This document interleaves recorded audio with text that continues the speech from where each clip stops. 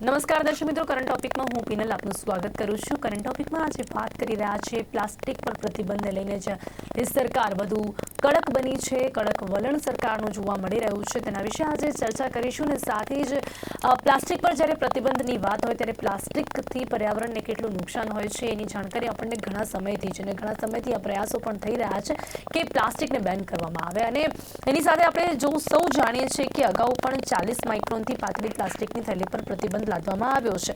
30 September 2021થી 75 માઇક્રોનથી પાતળી થેલી પર પ્રતિબંધ લાદવામાં આવ્યો અને હવે તેને પણ વધારી દેવામાં આવ્યું છે। 31 ડિસેમ્બર 2022 બાદ શહેરમાં 120 માઇક્રોનથી પાતળી કેરી બેગ પર પણ પ્રતિબંધ લાદવામાં આવ્યો છે।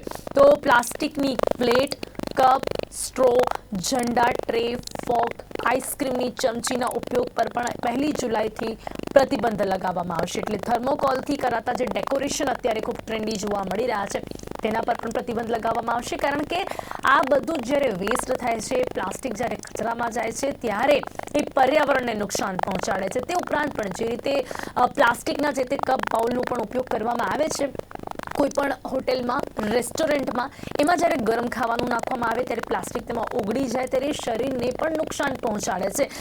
ઘણા બધા નુકસાન છે પ્લાસ્ટિકના અને સાથે જ પર્યાવરણને નુકસાન પહોંચાડે છે। એના કારણે સરકારે ફરી એક વખત આ નિર્ણય લીધો છે। એમાં પરિવર્તન પણ જોવા મળી રહ્યું છે, પણ જે રીતે પહેલા નિર્ણયો લેવામાં આવ્યા એ પહેલા પણ 40 માઇક્રોનથી પાતળી પ્લાસ્ટિક પર પ્રતિબંધ, 75 માઇક્રોનની પ્લાસ્ટિક પર પણ પ્રતિબંધ હતો, પરંતુ બેફામ રીતે આપણને માર્કેટમાં જોવા મળતું જ હતું। હવે શું આ નિર્ણય જ્યારે લેવાયો છે ત્યારે માર્કેટ પર આની કોઈ અસર જોવા મળશે? ખરેખર આ નિર્ણય પછી આપણને શું માર્કેટમાં પ્લાસ્ટિક નહીં જોવા મળે? અને જ્યારે વાત આપણે પર્યાવરણને લઈને કરી રહ્યા છે ત્યારે બીજી વાત એ પણ કરવી પડે કે પ્લાસ્ટિક ના વ્યાપારની સાથે જોડાયેલા જે વ્યાપારીઓ છે તેમના પર શું અસર પડશે? આ બધી જ ચર્ચા માટે મારી સાથે અહીંયા જોડાયા છે પ્લાસ્ટિક કમિટીના ચેરમેન છે JCCI શૈલેષ પટેલ અને તેમની સાથે જોડાયા છે એન્વાયરમેન્ટ એન્જિનિયર દ્રષ્ટિ ઓઝા। આપ બંનેનું સ્વાગત છે। Welcome to current topic. સૌથી પહેલા શૈલેષભાઈ, આ નિર્ણયને કઈ રીતે જોઈ રહ્યા છો? હવે જે પ્રકારનો નિર્ણય લેવાયો છે, અત્યાર સુધી 40 માઇક્રોન, 75 માઇક્રોનથી પાતળી થેલી પર પ્રતિબંધ, હવે 120 માઇક્રોનથી પણ પાતળી કેરી બેગ પર પ્રતિબંધ લાદવામાં આવ્યો છે અને હવે જે પણ ખાસ નિર્ણય લેવામાં આવ્યો છે, પ્લેટ, કપ, સ્ટ્રો, એ બધું જ જે કે વેપારીઓ પર જેની ખાસ અસર પડી શકે છે, સિંગલ યુઝડ પ્લાસ્ટિક પર પ્રતિબંધ લગાવવામાં આવી રહ્યો છે। હવે સરકારનું કડક વલણ જોવા મળશે, કઈ રીતે જોઈ રહ્યા છો નિર્ણયને? બેન, અમે સરકારની સાથે જ છીએ। પ્લાસ્ટિક ઇન્ડસ્ટ્રીઝ તરીકે સરકારની સાથે છીએ। પર્યાવરણને સાચવવાની જવાબદારી આપણી બધાની છે, અમે બી એમાં સાથે છીએ। પર્યાવરણ જાળવવું જ જોઈએ, કારણ કે આપણે આપણી આવનારી પેઢીને સારું પર્યાવરણ આપવું એ આપણી જવાબદારી છે। પણ સાથે સાથે આપણે પ્લાસ્ટિક ઇન્ડસ્ટ્રીઝ તરીકે આ જે સળગતો પ્રશ્ન છે એને એ રીતે અમે મૂલવીએ છીએ કે સરકારે આમાં કંઈક જુદી રીતે વિચારવાની જરૂરિયાત હતી। હવે જે નક્કી કર્યું છે એમાં આપણાથી હવે બીજું કંઈ થઈ શકે એવું છે નહીં, પણ સાથે સાથે સરકાર આમાં શું શું હવે કરી શકશે એ મોટો પ્રશ્ન ચિહ્ન છે। માનો કે અત્યારે આપણે વાત કરીએ કે ભાઈ પ્લાસ્ટિકની ચમચીઓ, પ્લાસ્ટિકની ડીશ, એ બધા ઉપર સિંગલ યુઝ ઉપર બધું સરકારે બેન કર્યું છે। હવે પ્લાસ્ટિકની ચમચી, માનો કે હોટલમાં તમે જશો કે આઈસ્ક્રીમ ખાવા જશો, ત્યાં આગળ તમને પ્લાસ્ટિકની ચમચી આપવામાં નહીં આવે, એની જગ્યાએ સ્ટીલની ચમચી તમને આપશે, અથવા તો લાકડામાંથી ચમચી બનાવીને એમને આપવી પડશે। હવે માનો કે સ્ટીલની ચમચી આપશે તો સ્ટીલની ચમચીને સાફ કરવા માટે પાણીની જરૂરિયાત થશે। પાણી તો જોઈશે જ આપણે એને સાફ કરવા માટે। અત્યારે આપણે આમ પણ અત્યારે સરકાર બૂમ પાડી રહી છે કે પાણીની શોર્ટેજ છે, પાણી બચાવો, પાણી બચાવો। તો આ ચમચીઓ સાફ કરવા માટે સરકાર પાણી ક્યાંથી લાવશે?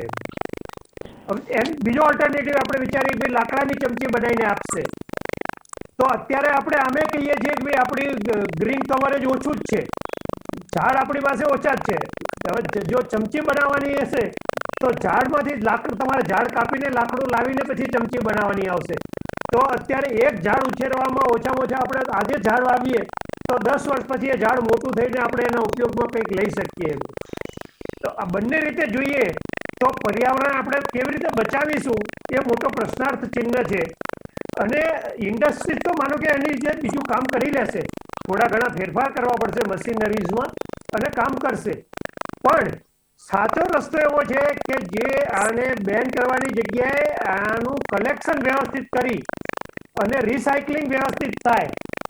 આપણે જો જોઈએ તો આપણું ઇન્ડિયામાં પ્લાસ્ટિકનું કન્ઝમ્પશન પર કેજી પર કેપિટા 13 કિલો છે.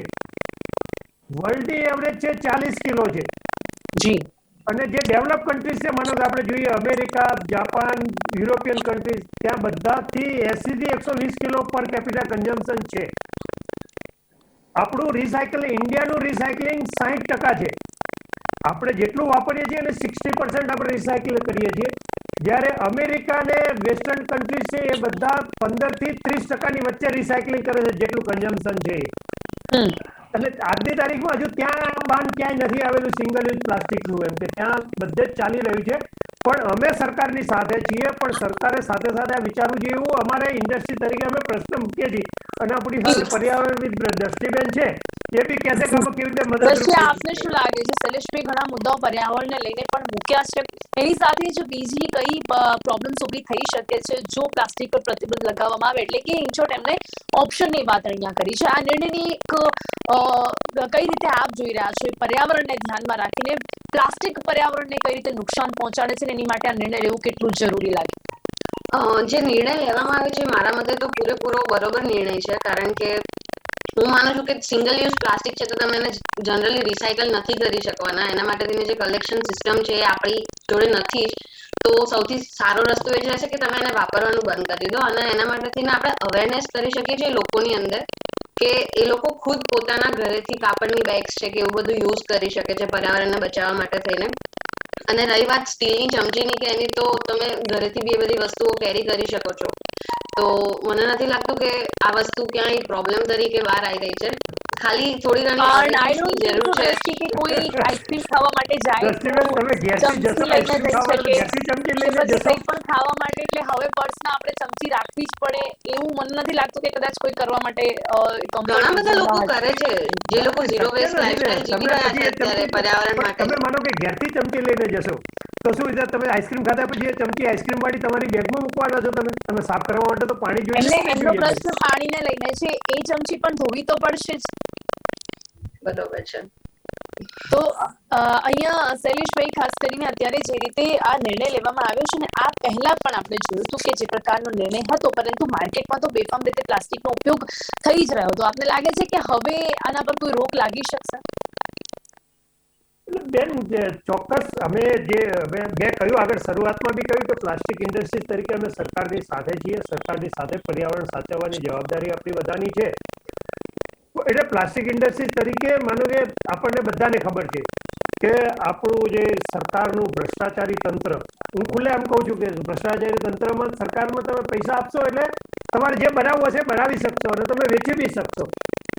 પણ સરકારે જો આને ખરેખર અમલમાં મૂકવું હોય તો સરકારે થોડા વધારે કડક પગલાં લેવા પડશે. ઇવન સરકારના જે ભ્રષ્ટાચારી અધિકારીઓ છે એની સાથે બી સરકારે બહુ જ, જે રીતે પ્લાસ્ટિક ઇન્ડસ્ટ્રીઝ માટે સરકાર સ્ટ્રિક્ટ થઈ છે એ રીતે એમના ભ્રષ્ટાચાર મુક્ત જે ભ્રષ્ટાચાર અધિકારીઓ છે એમની સાથે બી સરકારે બહુ જ કડક થવું પડશે. અને અમે આગળ બી સરકારને કહેલું હતું કે અમારા ધ્યાનમાં જો કોઈ ઇન્ડસ્ટ્રી હશે કે જે આ ખોટું કામ કરી રહી છે, માનો કે અત્યારે જે સરકારે સિંગલ યુઝ પ્લાસ્ટિકમાં બાન મૂકેલું છે, અમારા ધ્યાનમાં આવશે તો અમે ચોક્કસ સરકારનું ધ્યાન કરીશું કે સરકાર સાહેબ આ જગ્યાએ ખોટું ચાલી રહ્યું છે, તમે ઇન્ડસ્ટ્રીઝને સીલ કરી દો, અમે વાંધો નથી.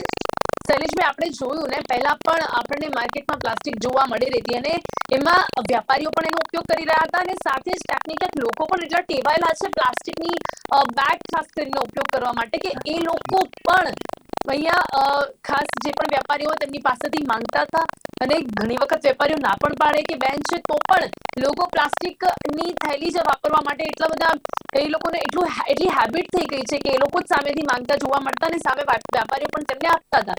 અને ફરી એક વખત હવે આ નિર્ણય લાગે છે કે ક્યારેક ફરી એવો જ માહોલ જોવા મળશે. થોડા સમય સુધી લોકો નહીં વાપરે, કપડાની થેલી લઈને નીકળશે, પરંતુ ફરી એક વખત એ જ પછી ઈઝી કરી દેવામાં આવશે. એટલે બેન, એમાં એવું છે કે અત્યારે માનો કે હું ઇન્ડસ્ટ્રીયલિસ્ટ તરીકે જોઉં તો હું માનો કે મારી ઓફિસે ગયો ને પછી ઘેરથી ફોન આવે કે ભાઈ રસ્તામાંથી આટલી વસ્તુ લેતા આવજો ને, તો મારે કે હું દરરોજ તો મારી સાથે કપડાની થેલી નીકળતો રહ્યો, કારણ કે મને ખબર નથી પડે કે ખરીદવાનું છે કે નથી ખરીદવાનું. પણ એક જ વસ્તુ છે કે માનો કે હું પ્લાસ્ટિકની થેલીમાં વસ્તુ ઘેર લઈ જાઉં તો મારી પોતાની એક જાગૃત નાગરિક તરીકે મારી જવાબદારી એવી છે કે ભાઈ હું પ્લાસ્ટિકની કોથળી ઘેર લઈ જાઉં, એમાંથી વસ્તુ ખાલી કરીને પ્લાસ્ટિકની કોથળી રિસાયકલિંગ માટે જુદી જગ્યાએ મૂકવું અને પછી રિસાયકલિંગ માટે આપવું. એટલી જાગૃતતા નથી શૈલેષભાઈ આપણે.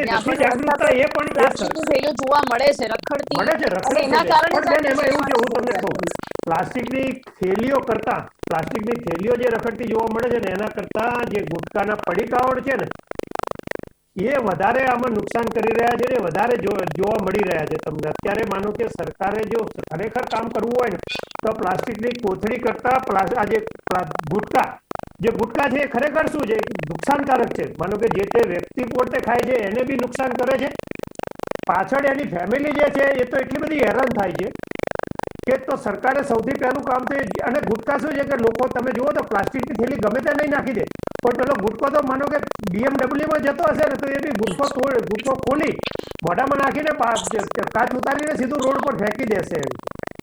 ત્યાં સરકારે એ ગુટકા ઉપર વધારે પ્રતિબંધ મૂકવાની જરૂરિયાત છે, કારણ કે એ રિસાયકલિંગ, કારણ કે નાના નાના ટુકડા છે. હું તમને કહું બેન કે પ્લાસ્ટિકનું જ્યારે જે રેક પિકર્સ હોય છે, જે કલેક્શન કરવા વાળા રોડ પર સવારે આપણે જોઈએ છીએ તો રોડ પર બધા લોકો નીકળતા હોય છે પ્લાસ્ટિક ભેગું કરવા માટે, કારણ કે એમને પ્લાસ્ટિકના પૈસા મળે છે. એ લોકોને જે વાંકા વળીને લેવાના હોય છે, કારણ કે જેટલી વખત એને પ્લાસ્ટિક લેવાનું એટલી વખત વાંકવું પડવું પડે એને.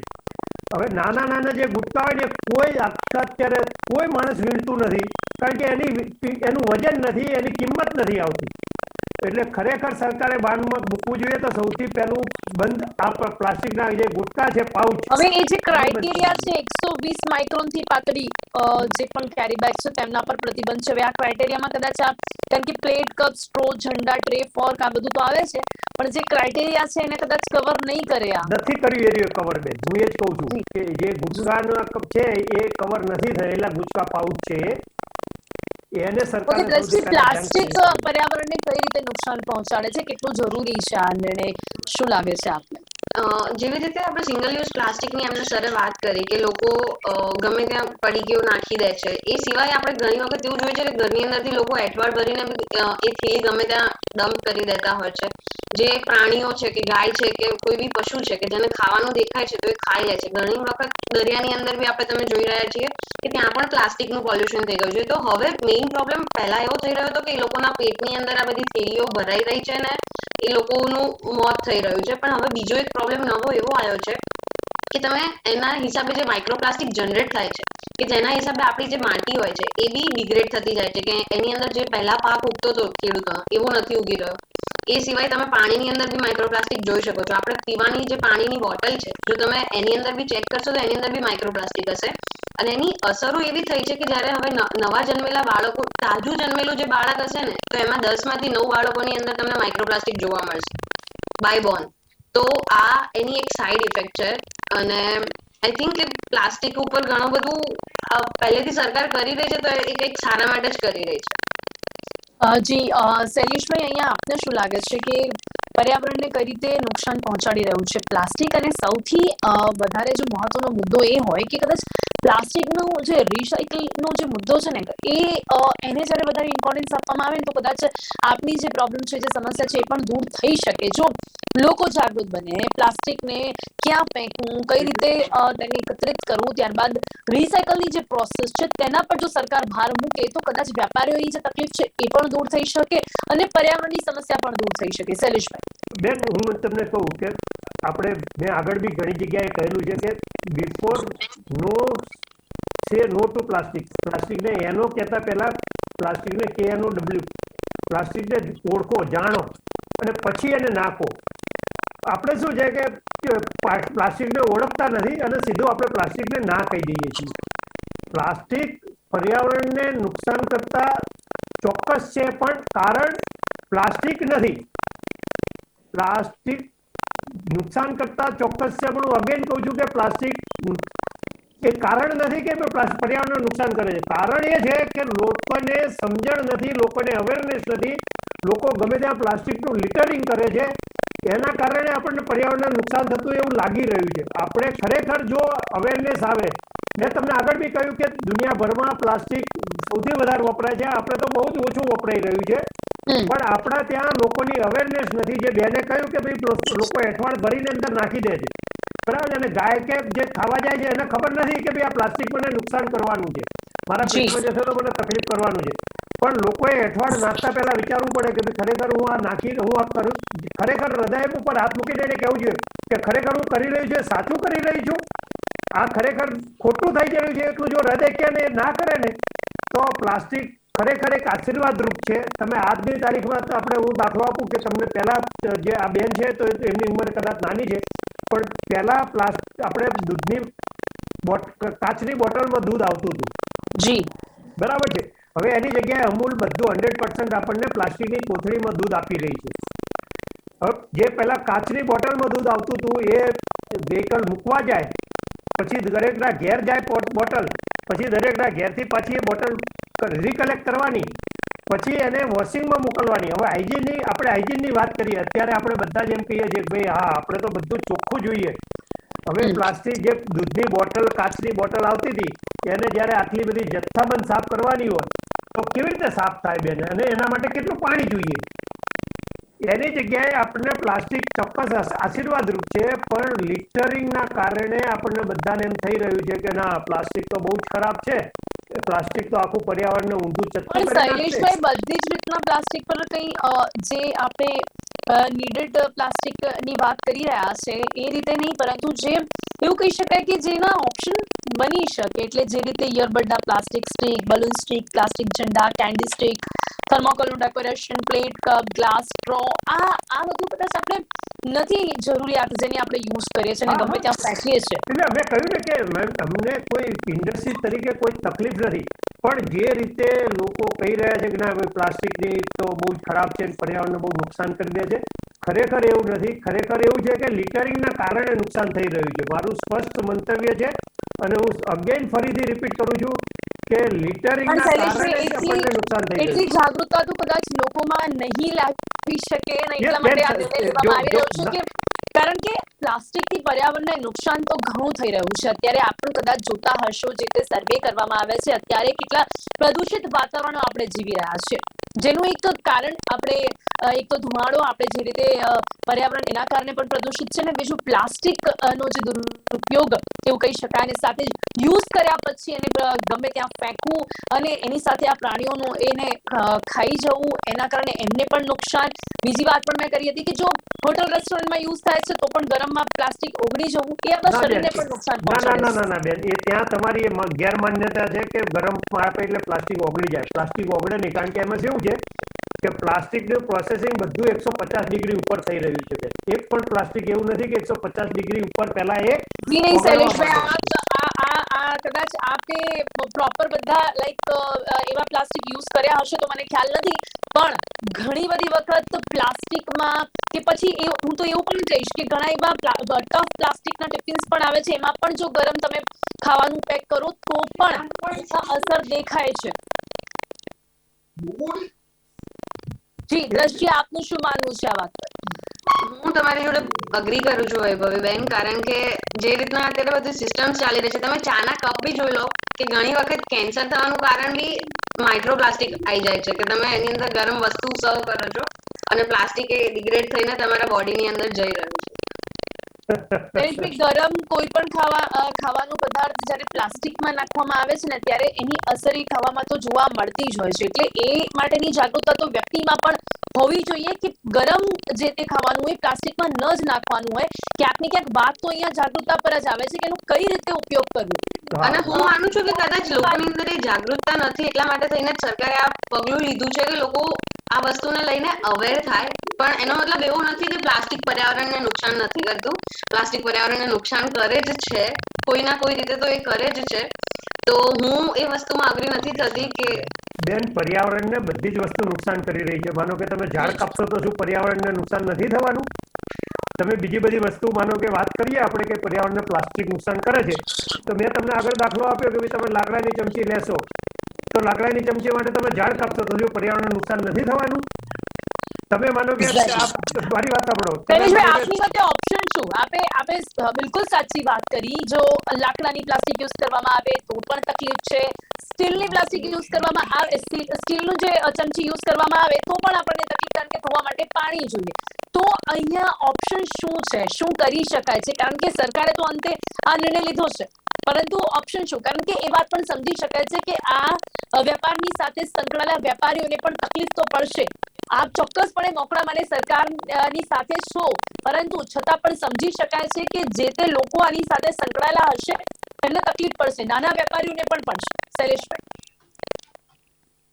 એટલે માનો કે સરકારે આપણે બધા વાત કરે છે કે ભાઈ પ્લાસ્ટિકની કોથળી બેગ, કેરી બેગ ના વાપરવી, એની જગ્યાએ ઘેરથી કપડાની થેલી લેવી અથવા તો કાગળની થેલી લેવી. બરાબર છે. અગેન પાછું હું આવીશ કે કાગળની થેલી બનાવશો ક્યાંથી?